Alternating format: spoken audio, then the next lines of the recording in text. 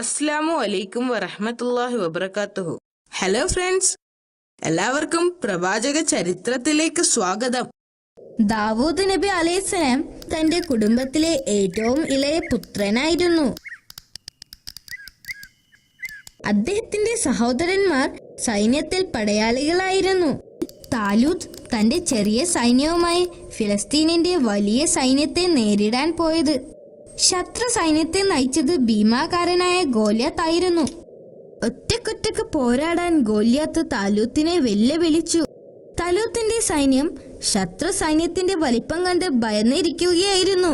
അവരിൽ ഒരാളും ഗോലിയാത്തുമായി പോരാടാൻ സ്വയം മുന്നോട്ട് വന്നില്ല. ആരെങ്കിലും സ്വയം മുന്നോട്ട് വരികയാണെങ്കിൽ അയാൾക്ക് തന്റെ മകളെ വിവാഹം ചെയ്തു കൊടുക്കാമെന്ന് വാഗ്ദാനം നൽകി. എന്നിട്ടും ആരും മുന്നോട്ട് വന്നില്ല. എന്നാൽ അവരിൽ നിന്ന് ഒരു ചെറിയ യുവാവ് ദാവൂദ് നബി അലൈഹിസ്സലാം മുന്നോട്ട് വന്നു. ആ യുവാവിന്റെ ധൈര്യത്തിൽ താലൂത്തിന് സന്തോഷമായി.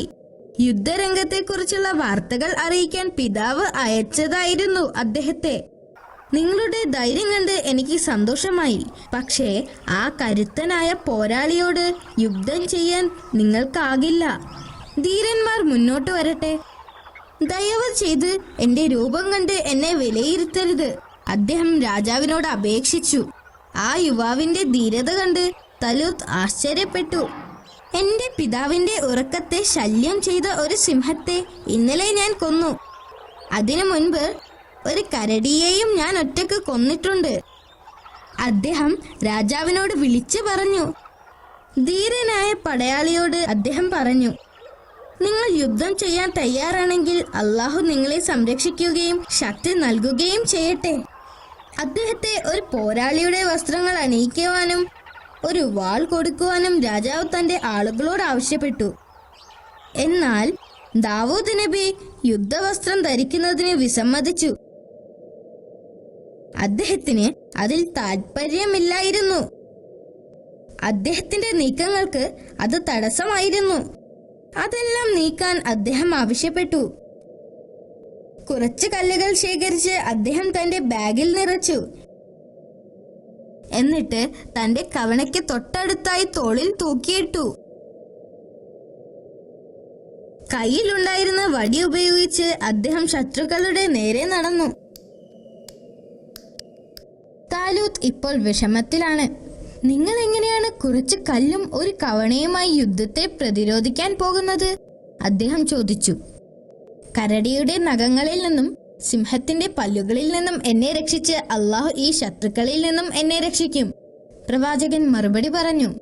അത് കണ്ടപ്പോൾ എതിർ സൈന്യത്തിലുള്ളവർ പൊട്ടിച്ചിരിച്ചു. യുദ്ധം ചെയ്യാൻ വന്ന യുവാവിനെ കണ്ടപ്പോൾ ഗോലിയാത്ത് പൊട്ടിച്ചിരിച്ചുകൊണ്ട് ചോദിച്ചു, നീ ഇവിടെ കളിക്കാൻ വന്നതാണോ, അതോ നിനക്ക് ജീവിതം അടുത്തോ? എന്റെ വാൾ ഒറ്റത്തവണ വീശി നിന്റെ തല വെട്ടാൻ എനിക്ക് കഴിയും. അപ്പോൾ ദാവൂദ് നബി അലൈഹിസ്സലാം പറഞ്ഞു, നിങ്ങൾക്ക് മേലങ്കിയും കവചവും വാളും ഉണ്ടായിരിക്കും, എന്നാൽ ഞാൻ അള്ളാഹുവിന്റെ നാമത്തിൽ നിങ്ങളെ നേരിടും. എന്റെ റബ്ബിന്റെ നിയമങ്ങളെയാണ് നിങ്ങൾ പരിഹസിക്കുന്നത്. ഇങ്ങനെ പറഞ്ഞുകൊണ്ട് അദ്ദേഹം തന്റെ കവണയിൽ ഒരു കല്ല് വെച്ചുകൊണ്ട് ഗോലിയാത്തിനെ ലക്ഷ്യം വെച്ച് നിന്നു. അദ്ദേഹം തൊടുത്തുവിട്ടു. ആ കല്ല് ശരവേഗത്തിൽ ചെന്ന് ഗോലിയാത്തിന്റെ നെറ്റിയിൽ പതിച്ചു. ഗോലിയാത്തിന്റെ നെറ്റിയിൽ നിന്ന് രക്തമൊഴുകി. തന്റെ വാൾ വീശാനുള്ള അവസരത്തിന് മുൻപ് തന്നെ ആ ഭീമൻ നിലത്ത് വീണു. അവിടെ നടന്ന കാര്യങ്ങൾ കണ്ടപ്പോൾ ഫിലിസ്തീൻ സൈന്യം ഞെട്ടിപ്പോയി. അവരുടെ നേതാവ് കൊല്ലപ്പെട്ടിരിക്കുന്നു. താലൂത്തിനും സൈന്യത്തിനും സംഭവിച്ചതൊന്നും വിശ്വസിക്കാൻ കഴിഞ്ഞില്ല. യുദ്ധത്തിൽ അവർ ജയിച്ചിരിക്കുന്നു. വർഷങ്ങളായുള്ള കഷ്ടപ്പാടിനൊരു അവസാനമായിരിക്കുന്നു. ദാവൂദ് നബി ഒറ്റ രാത്രി കൊണ്ട് തന്നെ അവരുടെ നായകനായി. താലൂത്ത് വാക്കു പാലിക്കുകയും തന്റെ മകളെ യുവയോദ്ധാവിന് വിവാഹം ചെയ്തു കൊടുക്കുകയും ചെയ്തു. തന്റെ മുഖ്യ ഉപദേശകരിൽ ഒരാളായി അദ്ദേഹം ദാവൂദ് നബി അലൈഹിസ്സലാമിനെ തിരഞ്ഞെടുത്തു. പെട്ടെന്നുണ്ടായ പ്രശസ്തിയിൽ അദ്ദേഹം ഒട്ടും അഹങ്കരിച്ചിരുന്നില്ല. അദ്ദേഹം പ്രശസ്തിക്ക് അടിമപ്പെടാതെ അള്ളാഹുവിനെ അടിമപ്പെട്ട് ജീവിച്ചു. അതിനുശേഷം അദ്ദേഹം അള്ളാഹുവിനെ മഹത്വപ്പെടുത്തുന്നതിനു വേണ്ടി പ്രകൃതിയുമായി ചേർന്ന് അദ്ദേഹത്തിന്റെ മനോഹരമായ ശബ്ദത്തിൽ അള്ളാഹുവിനെ പുകഴ്ത്തി പാടുകയും ചെയ്തു. അദ്ദേഹം പാടിത്തുടങ്ങിയപ്പോൾ പക്ഷികൾ, സസ്യങ്ങൾ, എന്തിനേറെ പർവ്വതങ്ങൾ വരെ അദ്ദേഹത്തോടൊപ്പം ചേർന്ന് അള്ളാഹുവിനെ പുകഴ്ത്തി പാടി. അപ്പോൾ അള്ളാഹു അദ്ദേഹത്തെ പ്രവാചകനായി തിരഞ്ഞെടുത്തു. അതുമാത്രമല്ല, മൃഗങ്ങളുടെയും പക്ഷികളുടെയും ഭാഷകൾ മനസ്സിലാക്കാനുള്ള കഴിവും അള്ളാഹു ദാവൂദ് നബി അലൈഹിസ്സലാമിന് നൽകിയിരുന്നു. അക്കാലത്ത് നിരവധി യുദ്ധങ്ങൾ നടന്നിട്ടുണ്ട്. ഇസ്രായേൽ ജനത്തിനു വേണ്ടി ഓരോ യുദ്ധവും വിജയിക്കാൻ അദ്ദേഹത്തിന് കഴിഞ്ഞിട്ടുണ്ട്. ജനം അദ്ദേഹത്തെ അങ്ങേയറ്റം സ്തുതിക്കുകയും സ്നേഹിക്കുകയും ചെയ്തു. അപ്പോൾ താലൂത്തിന് ദാവൂദ് നബി അലൈഹിസ്സലാമിനോട് അസൂയ തോന്നിത്തുടങ്ങി. ജനങ്ങൾ അദ്ദേഹത്തെക്കാൾ കൂടുതൽ പ്രവാചകനെ സ്തുതിക്കുന്നതും സ്നേഹിക്കുന്നതും അദ്ദേഹത്തിന് ഇഷ്ടപ്പെട്ടില്ല. തന്റെ വിശ്വസ്തനായ പടയാളികളിൽ ഒരാളെ വിളിച്ച് താലൂത്ത് പ്രവാചകനെ കൊല്ലാൻ ഗൂഢാലോചന നടത്തി. എന്നാൽ പ്രവാചകന്റെ ഭാര്യ അവരുടെ പദ്ധതികൾ കേട്ടു. അവർ പ്രവാചകന്റെ അടുത്തേക്ക് ഓടിച്ചെന്ന് ഉടൻ അവിടെ നിന്ന് രക്ഷപ്പെടാൻ ആവശ്യപ്പെട്ടു. പ്രവാചകൻ തന്റെ സാധനങ്ങളും ഭക്ഷണങ്ങളുമായി ഒട്ടകപ്പുറത്ത് കയറി യാത്രയായി. അദ്ദേഹം കുറെ കാലം യാത്ര ചെയ്തു. പിന്നെ ഒരു മലയുടെ മുകളിൽ ഒരു ഗുഹ കണ്ടു. അത് വിശ്രമിക്കാൻ ഒരു നല്ല സ്ഥലമാണെന്ന് അദ്ദേഹം തീരുമാനിച്ചു. പ്രവാചകൻ ആ ഗുഹക്കുള്ളിൽ ഒളിച്ചിരിക്കുകയാണെന്ന് അറിഞ്ഞപ്പോൾ അദ്ദേഹത്തിന്റെ സഹോദരന്മാർ അദ്ദേഹത്തെ കാണാൻ വന്നു. കൊട്ടാരത്തിലെ അവസ്ഥ വളരെ ദയനീയമാണെന്നും രാജാവ് പ്രജകളെയെല്ലാം പീഡിപ്പിക്കുകയും ആക്രമിക്കുകയും ചെയ്യുകയാണെന്നും അവർ പറഞ്ഞു. തലൂത്തിന്റെ ഭരണത്തിൽ മടുത്ത ജനങ്ങളെല്ലാം പതുക്കെ പ്രവാചകന്റെ കൂടെ നിൽക്കാൻ തുടങ്ങി. ആളുകളെല്ലാം പ്രവാചകന്റെ സൈന്യത്തിൽ ചേരുന്നു എന്ന് അറിഞ്ഞ് തലൂത്തിന് ദേഷ്യം അടക്കാൻ കഴിഞ്ഞില്ല.